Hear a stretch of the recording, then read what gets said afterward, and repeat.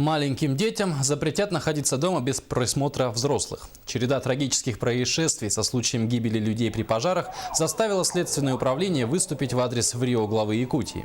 Ведомство просит внести в законодательные акты нормы, предусматривающие запрещение нахождения детей в возрасте до 7 лет без присмотра взрослых лиц в жилых помещениях.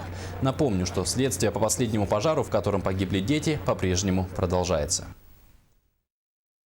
Проведенный следственными органами анализ свидетельствует о том, что наиболее уязвимыми являются дети в возрасте до 7 лет, которые, оставаясь дома одни, не могут в силу своего малолетнего возраста самостоятельно оказать себе помощь, выбраться из опасного помещения, своевременно и правильно оценить степень опасности. Все вышеперечисленные факты свидетельствуют о недостаточности принимаемых в республике мер по защите и обеспечению безопасности детства.